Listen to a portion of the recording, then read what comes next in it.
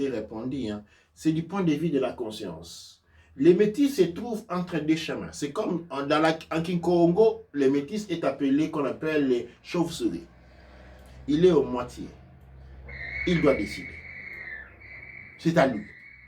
Il y a de ceux qui se sentent métis, doivent être chers pour eux. Ceux qui se sentent noirs, ils doivent les démontrer. Pour moi, ceux qui se sentent noirs doivent les démontrer. Et ceux qui se sentent blancs doivent être chers. Mais la question, comme le dit Enseigne, ce n'est pas au niveau de la peau. Il y a beaucoup de ce que nous appelons en Kilingala les Mundelendombe. Les Mundelendombe signifie les noirs qui n'est noir que de peau. À l'intérieur, c'est un blanc. Et tous ceux qui sont allés par les systèmes éducatifs occidentaux sont affectés par les mêmes problèmes. Nous avions tous étudié Mozart, Napoléon, et tout. Le bandeletton, mais c'est une question, c'est une maladie très présente dans notre conscience. C'est quoi un couche Kamit Congo? C'est quoi un mélanoderme? Ce n'est pas votre couleur de peau qui vous donne cette identité. Votre couleur de peau ne vous dit seulement que vous êtes un afrodescendant. C'est tout. Votre couleur de peau vous dit seulement que vous êtes un afrodescendant. Un couche Kamit Congo, un mélanoderme, c'est le modèle de vie. C'est le style de vie qui l'identifie, qui le détermine, qui l'énergise, qui les définit et qui les fait. Douaneche. Donc, alors, j'ai lu le début de l'émission. J'ai juste une petite question. Quelle était la vision de la polygamie de nos ancêtres et quels sont les moyens ou conditions qu'ils ont établis pour éviter les problèmes de tels phénomènes dans nos sociétés des traditions Kush, Kamit, Congo? La polygamie, tout comme la monogamie, sont des mots français qui dénotent des situations occidentales. La monogamie est une situation d'un homme avec une seule femme. Tout comme la polygamie est une situation d'un homme à plusieurs femmes ou d'une femme à plusieurs hommes. Mais l'on ne peut pas en parler en titre aléatoire. On ne peut en parler qu'en titre culturel. Et la culture définit cela en fonction des moments. Il y a des périodes. Je devais donner un exemple. Après une guerre, parce que ce sont les jeunes qui vont en guerre, et qu'après une guerre, on rentre, il y a un déséquilibre de la société parce que la plupart des hommes sont morts. Alors, les hommes devaient, pour les équilibres sociaux, mais aussi pour la préservation de l'espèce, prendre plusieurs femmes. Donc, la question de l'homme marié à une femme ou à plusieurs femmes, tout comme de la femme mariée à un homme ou à plusieurs hommes, n'est pas une question identitaire fixe dans le temps et dans l'espace. C'est une question culturelle qui varie en fonction des variables composant la dynamique culturelle d'un écosystème. Qu'est-ce que je veux dire par cela? La situation dans laquelle elle se trouve. Elle ne peut pas être décidée, ah, c'est comme ça, je ne prends pas cette partie. Cependant, quand on regarde l'histoire de la polygamie et de la monogamie dans le monde occidental, vous pouvez l'étudier. Elle a une manière où elle s'est dénouée. Elle n'a pas été inconstante. La monogamie, la monogamie entre en Europe pour des raisons économiques. Les rois, c'était juste les nobles devaient se marier. Okay? La polygamie est entrée pour faire ce que la richesse des nobles ne se dispersait pas. C'est ainsi qu'on est les princes, qui sont nés les bâtards. C'est-à-dire, seuls les enfants de la première femme, okay, avaient droit à l'hérédité. Donc, le mariage a été introduit pour des questions d'hérédité. Seulement les enfants de la première femme avaient droit à l'hérédité et pour justifier cela, il y avait ce qu'on appelle un certificat de mariage. Qui, les enfants pourraient dire, je suis né d'un mariage. Quand on dit je suis né d'un mariage, cela signifie je dois à l'hérédité. Quand je ne suis pas né d'un mariage, je suis un bâtard, je n'ai pas droit à l'hérédité.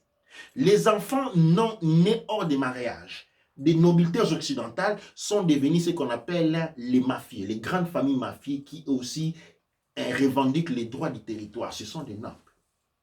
Alors, telle était la situation en Europe, qui va changer après la Première Guerre mondiale.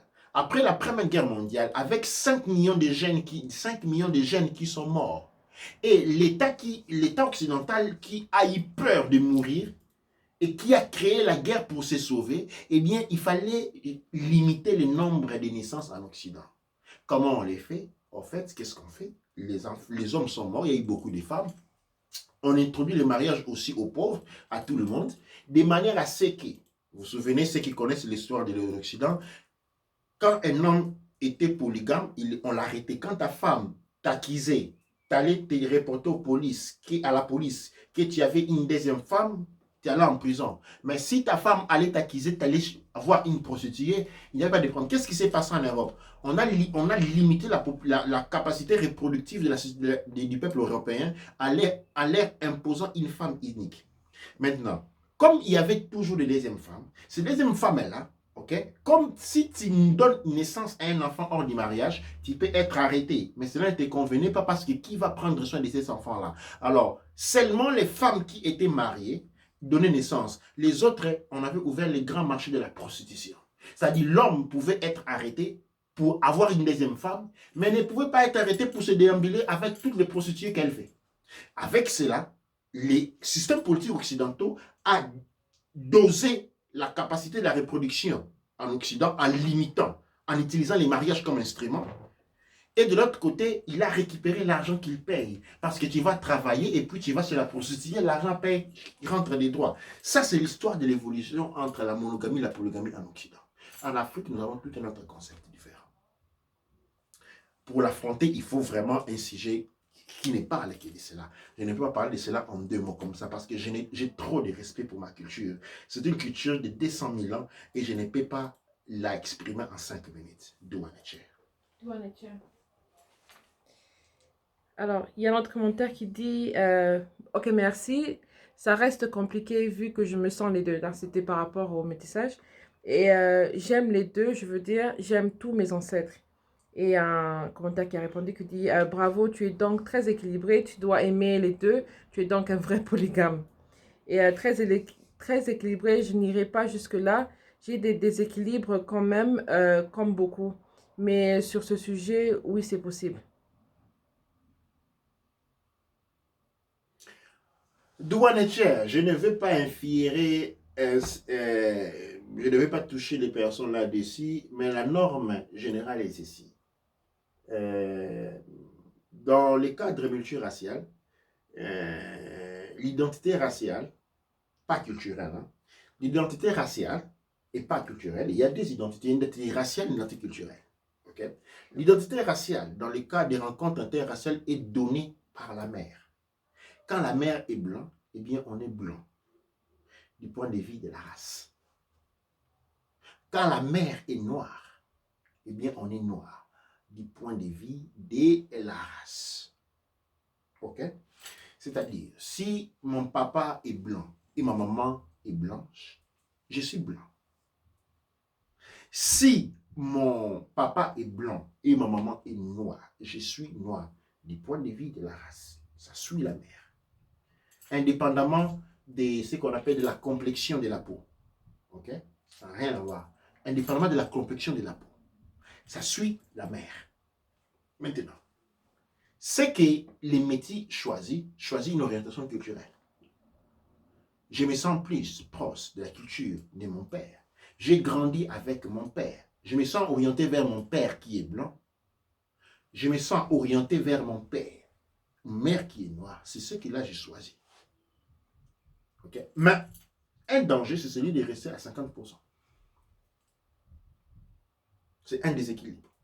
Tu ne peux pas gérer cela. Ce n'est pas sanitaire. Ce n'est pas bon. Ça provoque au-delà, je ne fais pas un discours de bonté. Hein. Je ne suis pas un discours sentimental. Je fais un discours en tant que technicien et connaisseur de la conscience et des mécanismes intérieurs du fonctionnement du corps psychique.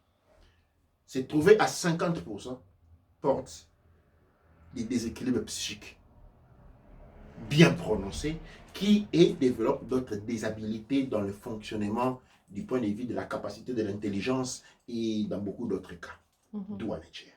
J'aimerais aussi ajouter que dans les commentaires, on parlait de j'aime mes ancêtres des deux côtés. Donc, c'est un peu pour dire que en tant qu'être, quand on est incarné, c'est déjà une sorte d'amour pour nos ancêtres. Donc, on n'est pas là pour critiquer nos ancêtres.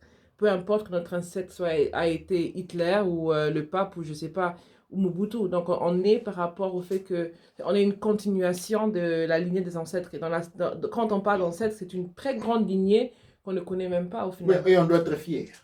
On doit y être fier de ce que l'on est. Les bons gestes, les bons actes de nos ancêtres nous ont indiqué les chemins. Les mauvais actes et les mauvais gestes de nos ancêtres nous ont aussi indiqué les chemins par lesquels il ne faut pas passer. D'où en est-il? Et il y avait un autre commentaire qui disait, c'est un commentaire de Ange Gracias qui dit Pangui, est-ce que tu penses faire des émissions avec des sous-titres? On nous a posé cette question aussi il n'y a pas longtemps. Par exemple en espagnol. Je pense qu'au niveau de l'Amérique latine, beaucoup attendent sûrement ce message. Sincèrement, j'ai pensé à plusieurs sous-titres, mais jamais en espagnol. Et vous savez quoi, mes frères et sœurs?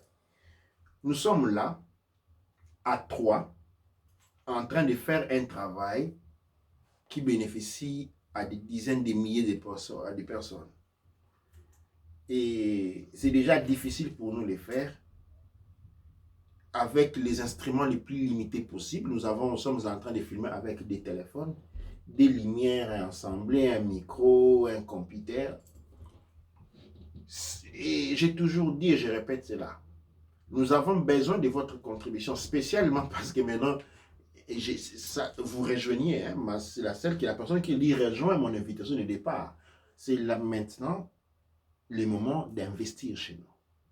Si vous parlez l'espagnol, ok, si vous pensez que par votre positionnement de celui qui comprend ce que je suis en train de dire en français et qui a la facilité de les traduire en espagnol, doit être rejoignez-nous. C'est lui qui veut les traduire en mexicain, doit être. Mais ne nous demandez pas de pouvoir les faire parce que nous sommes à trois. Et c'est déjà difficile pour nous de gérer tout ce que nous sommes en train de gérer. Et nous avons besoin de votre aide. Ne restez pas les spectateurs, devenez des acteurs de cette renaissance. Douanicher. Il y avait le débat sur le multiculturalisme qui continuait. Donc je vais lire les deux derniers commentaires. Donc il y a Nichette Sopi qui disait « Je pense très sincèrement qu'il n'y a pas de différence entre les cultures, c'est de la complémentarité comme les couleurs. » Et Johan qui dit « Ah mais comme il vient d'expliquer, culturellement, j'aime clairement les deux. Maintenant niveau race, je dois être déséquilibré comme il dit. Comme c'est à moi de me remettre en question, je pense.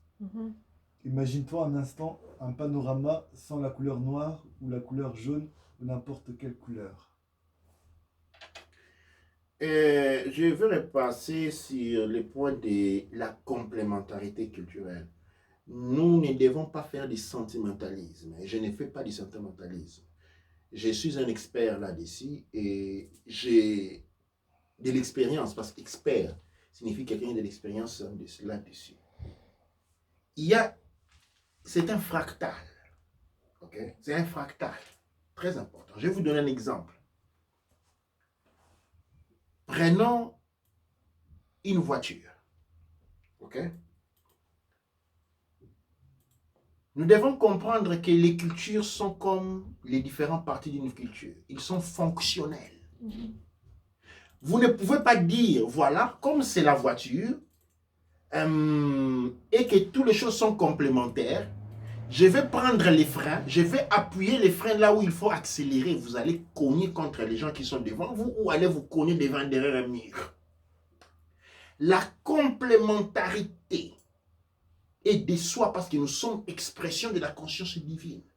Mais en tant que race, nous exprimons dans la fonctionnalité. Et il ne faut pas confondre la fonctionnalité. Il y a une fonction acquise. Et cette fonction n'est pas substituible. Cette fonction n'est pas interchangeable. On ne doit pas faire des discours sentimentaux là-dessus. C'est une fonction, c'est une fonctionnalité. Et dans cette rôle de fonctionnalité, les noirs ne font pas les blancs ne font pas les noirs. Parce que cela nuirait à la complémentarité qui lui constitue les corps de la voiture, les corps du créateur, tout comme les freins font l'effet les freins. L'accélérateur fait l'accélérateur. L'embrayage fait l'embrayage. La machine à marche, les leviers fait les leviers. Les pinets font les pinets. La carrosserie fait la carrosserie. L'unité est exprimée dans le respect des fonctionnalités. Parce que si vous pensez être un frein, parce que quand vous êtes un accélérateur, la voiture ne va jamais partir parce que vous serez en train de freiner au lieu d'accélérer. Quand vous pensez le contraire, quand il va falloir freiner, vous allez accélérer, vous allez vous casser la gueule. J'espère que l'exemple que je vais vous donner est assez perspicace pour vous faire voir. Ce n'est pas du séparatisme, c'est de la conscience.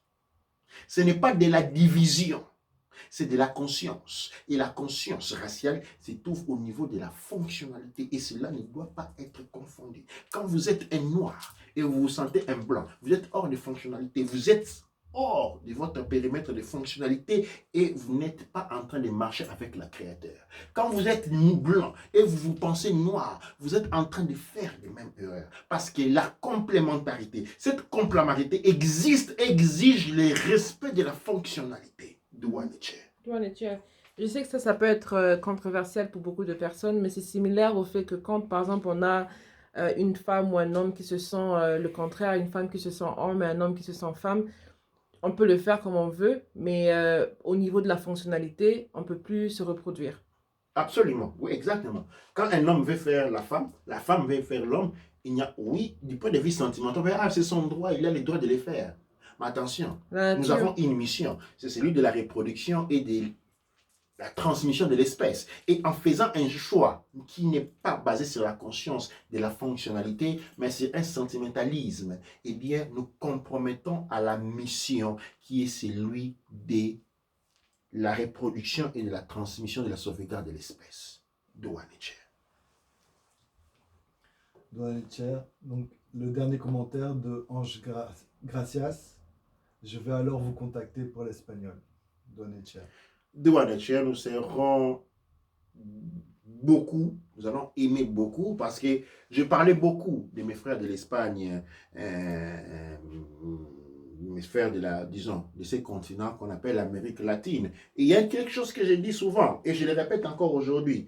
Quand vous allez là-bas, tout le monde se dit, je suis latin, je suis latinos, Mais latinos vient des latins. Et les latins sont les grecs. En disant qu'on est latinos, c'est comme si on disait qu'on était grec. Et on n'est pas grec. La seule raison pour laquelle on dit qu'on est latinos, c'est pour éviter de dire qu'on est noir. Donc, ces messages doivent aussi leur arriver. Je suis vraiment douanier si quelqu'un nous vient en aide pour faire ce travail-là. C'est avec ces mots, donc, nous allons clôturer notre session de ce soir.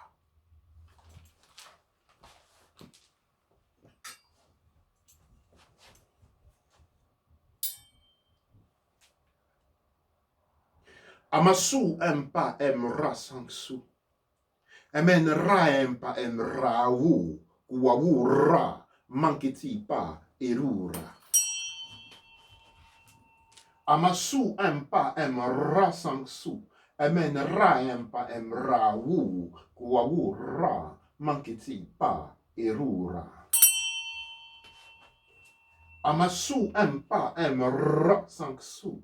Emen ra empa emra wu. Wawu ra manketi pa erura. Amasu empa emra sanksu. Emen ra empa emra awu. Wawu ra manketi pa erura.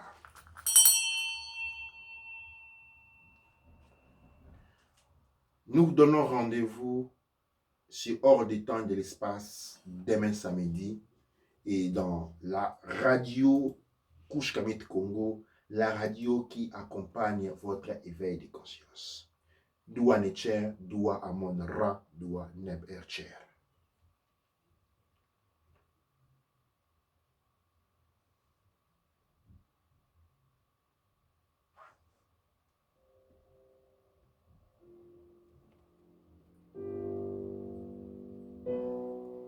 Ethiopia, the land of the fire, the land where the true love to be, and storm cloud and the night suddenly gather, our armies come rushing to thee. We must in the fight be victorious, when swords are thrust hard try to gleam. For us will the victory be glorious, when led by the red, black and green. Advance, advance to victory, let Africa be free. Advance to meet the foe, advance to meet the foe. With the might of the red, the black and the green. With the might of the red, the black and the green.